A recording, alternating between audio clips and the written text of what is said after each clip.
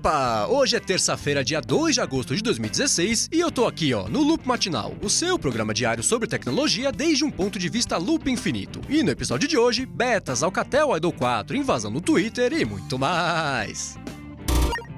Antes da primeira notícia, eu quero agradecer o Gustavo Faria, lá do Cocatec, pela brincadeira no episódio de ontem. Ele abriu e fechou o episódio dele no estilão aqui do Loop Matinal, então nada mais justo do que fazer a mesma coisa aqui com o estilão do Cocatec no episódio de hoje, né? Obrigado ao Gustavo pela brincadeira e pra quem ainda não conhece o Cocatec, pega o link pro podcast aqui na descrição do episódio, que é bem bacana. Bom, eu começo o episódio de hoje falando sobre a Microsoft. Quem escuta o Loop Matinal todo dia sabe que eu nunca acreditei muito que ele ia começar a cobrar pelo Windows 10 e esse ia ser o final da história. Eu comentei algumas vezes que achava que ela ia dar um jeito de continuar distribuindo o Windows 10 gratuitamente mesmo depois do prazo da semana passada, e foi justamente isso que aconteceu. Apesar de oficialmente o Windows 10 estar custando ali entre 470 e 810 reais, a Microsoft decidiu manter o download do sistema gratuito para usuários de recursos de acessibilidade. Ela disponibilizou um guia que ensina a baixar e instalar o Windows 10 gratuitamente, e apesar disso, em teoria, só ser destinado a usuários de acessibilidade, ela não faz nenhuma checagem para ver se a pessoa usa mesmo algum recurso assistivo ou não. Ela disse que essa oferta vai ficar ativa por um prazo ilimitado, e se você quiser dar uma espiada no guia que ela disponibilizou, é só pegar o link aqui na descrição do episódio ou lá no loopmatinal.com. E enquanto isso, o Facebook pode ter se complicado bastante com o IRS, que é o equivalente à Receita Federal dos Estados Unidos. Isso porque eles receberam uma carta do órgão americano dizendo que acha que o Facebook mentiu num documento quando eles resolveram transferir a operação deles para a Irlanda em 2010. Quem acompanha notícias de tecnologia sabe que a Irlanda vem virando quase um paraíso fiscal das empresas nos últimos anos, elas estão todas indo para lá, guardando a maior parte do dinheiro ao invés de ter que pagar imposto para o governo americano, e o que aconteceu com o Facebook foi o seguinte: do ponto de vista da receita, o Facebook declarou valores bem abaixo da realidade para ativos da companhia na hora de transferir a operação deles lá para a Irlanda. Eles disseram, por exemplo, que um negócio valia, 5, quando na verdade valia 10, 15 e 20, e aí eles pagaram o imposto com base nesses 5. Depois de fazer uma auditoria, agora o IRS percebeu que tem alguma coisa errada, foi bater lá na porta do Facebook pedindo para eles explicarem isso melhor, e disse que se eles tiverem mentido mesmo nos documentos, eles podem levar uma multa de 5 bilhões de dólares, isso sem contar juros e outras penalidades. Em resposta a isso tudo, o Facebook disse que não fez nada de errado, que tem todos os documentos lá para comprovar que os números que eles reportaram estão certos, e disse que vai cooperar com as investigações para mostrar que eles não tentaram enganar ninguém.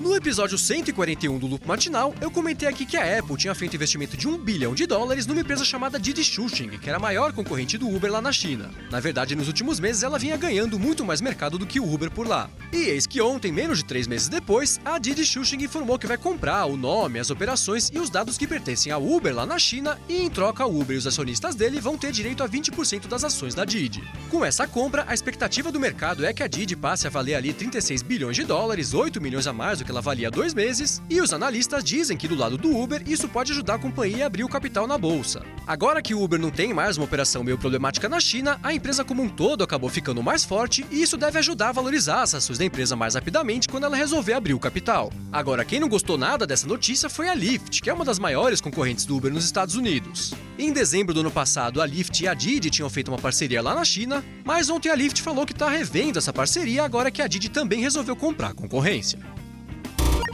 Ainda sobre o Uber, o Financial Times falou que a empresa tem uma intenção de criar uma plataforma própria de mapas para o mundo inteiro e pretende investir $500 milhão para fazer isso. De acordo com a matéria, o Uber quer deixar de depender do Google Maps o quanto antes porque eles acham que o Google Maps é meio limitado. Com um sistema próprio de mapas, eles vão conseguir gerar e administrar informações exatas de padrão de trânsito, o melhor lugar para pegar os passageiros, localização exata de porta de algum lugar, por exemplo, e no longo prazo, isso também vai permitir que o Uber possa seguir com aquele projeto de desenvolver os próprios carros autônomos.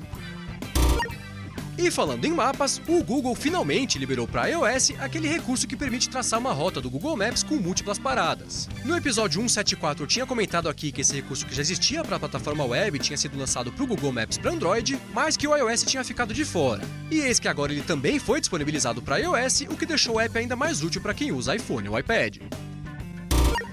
Ainda sobre o Google, a empresa anunciou que deu mais um passo para deixar a navegação pelos domínios deles ainda mais segura. Eles publicaram um post dizendo que vão adotar um novo sistema de criptografia e segurança de dados chamado HSTS lá no google.com, e o que esse sistema vai fazer, simplificando bastante aqui, é o seguinte: sempre que um usuário clicar num link lá nos resultados de busca do google.com e esse link for para uma página HTTP, que é menos segura que HTTPS, esse sistema vai converter a URL para HTTPS automaticamente e com isso a navegação do usuário vai ficar mais segura. O Google disse que para garantir que tudo isso vai funcionar direito, eles ainda vão levar uns meses para fazer essa transição por completo. E se você quiser ler com mais detalhes como funciona essa conexão e como o Google pretende implementar isso ao redor do mundo, é só pegar o link pro post deles aqui na descrição do episódio.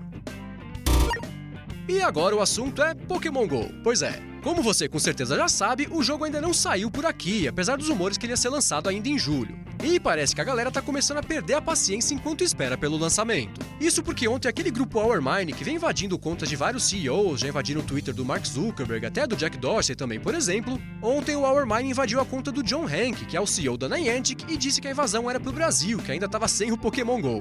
Os tweets da invasão, claro, não ficaram muito tempo no ar, mas causaram uma certa polêmica, porque tem gente que acha que o jogo agora pode demorar ainda mais pra sair no Brasil como uma espécie de represália por conta da invasão. Acho que não, né?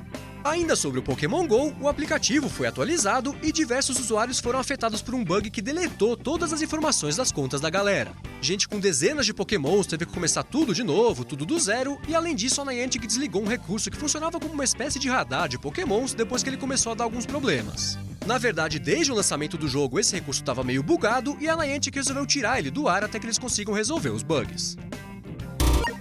Ontem a Apple liberou para os desenvolvedores uma nova leva de betas do iOS, WatchOS, tvOS e macOS. Essa foi a quarta leva de betas e dessa vez a maior novidade ficou por conta do redesenho de todos os emojis, além da adição de mais de 100 novas imagens, com direito à adição de emojis femininos onde só tinham emojis masculinos antes e vice-versa. Em relação ao redesenho, na verdade ele é bem sutil, os emojis no geral perderam um pouco aquela estética meio aqua com bastante reflexo, e eles ganharam um tratamento ali um pouquinho mais esférico, dá um pouco mais de volume para eles. Já duas mudanças grandes foram no emoji de arma, que agora não é mais uma pistola hiperrealista, mas sim uma arminha de água dessas de brincar na piscina, e aquele emoji sorrindo com o olho fechado, que era meio confuso, o pessoal não sabia se o emoji estava feliz ou estava triste, ele também ganhou um redesenho e agora deixa a intenção dele um pouco mais clara. Agora, junto dos betas, a Apple também aproveitou para liberar uma atualização do iTunes que corrige uns bugs de playlists, e também lançou para o iPhone o aplicativo Apple TV Remote, que leva para o iPhone todas as funções do Siri Remote da Apple TV mais nova. A má notícia é que a Apple só lançou ele para o iPhone, o iPad ficou de fora, mas pelo menos agora o app chegou, o que é uma coisa que tinha que ter acontecido junto do lançamento da última Apple TV, né?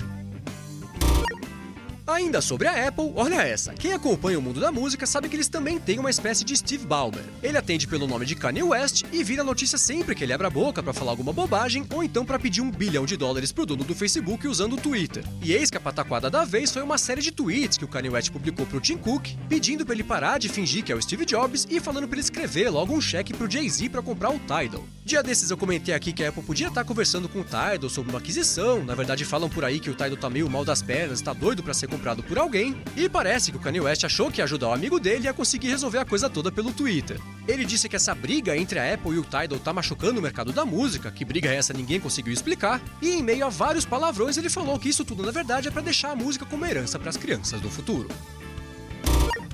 E por último sobre a Apple, dia desses eu comentei aqui daquele julgamento da empresa Virnetex, né? Essa empresa processou a Apple, falou que eles tinham quebrado umas patentes pro FaceTime e pro iMessage. Depois de várias idas e vindas, a Apple foi condenada a pagar $625 milhões.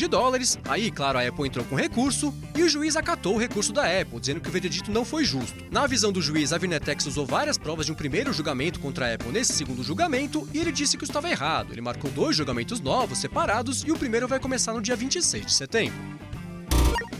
Ontem o Yelp lançou lá no Twitter uma conta em português que usa inteligência artificial para ajudar a galera a descobrir lugares bacanas. Essa conta, chamada Yelp Ajuda, analisa o conteúdo das perguntas dos tweets enviados para ela e procura no banco de dados do Yelp estabelecimentos que possam ser de interesse da pessoa. Dá para perguntar pro Yelp Ajuda, sei lá, se tem algum restaurante mexicano na região da Paulista, ou então se tem algum restaurante mexicano por perto, se o recurso de localização do tweet estiver ativo, e o bot responde em seguida com as recomendações que ele encontrar. Como eu disse, esse bot do Yelp é o Yelp Ajuda, então é só procurar por esse nome lá no Twitter, ou então pegar o link para ele aqui na descrição do episódio ou lá no loopmatinal.com.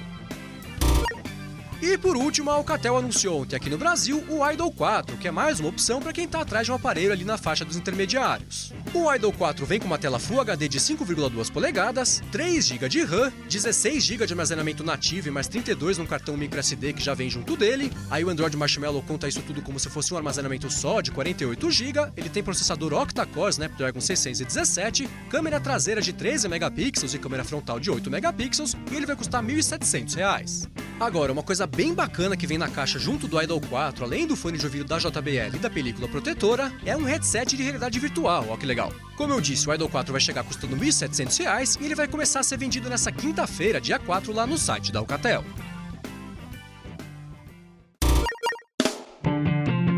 É isso aí, galera. O Loop Matinal do Loop Infinito vai ficando por aqui. Os links de tudo que eu comentei hoje vocês encontram aqui na descrição do episódio e também lá no loopmatinal.com. Se você quiser falar comigo no Twitter, é só procurar por MVC Mendes que eu tô sempre por lá. E assim, cocatequizando, eu vou ficando por aqui. Mas eu volto, claro, você sabe, amanhã, quarta-feira. Abraço pra vocês, até amanhã. Tchau, tchau. Padrão de trânsito, melhor lugar para pegar os passageiros que vão adotar um novo sistema de criptografia e segurança de dados chamada com direito à adição de emojis femininos, onde só existiam emojis masculinos.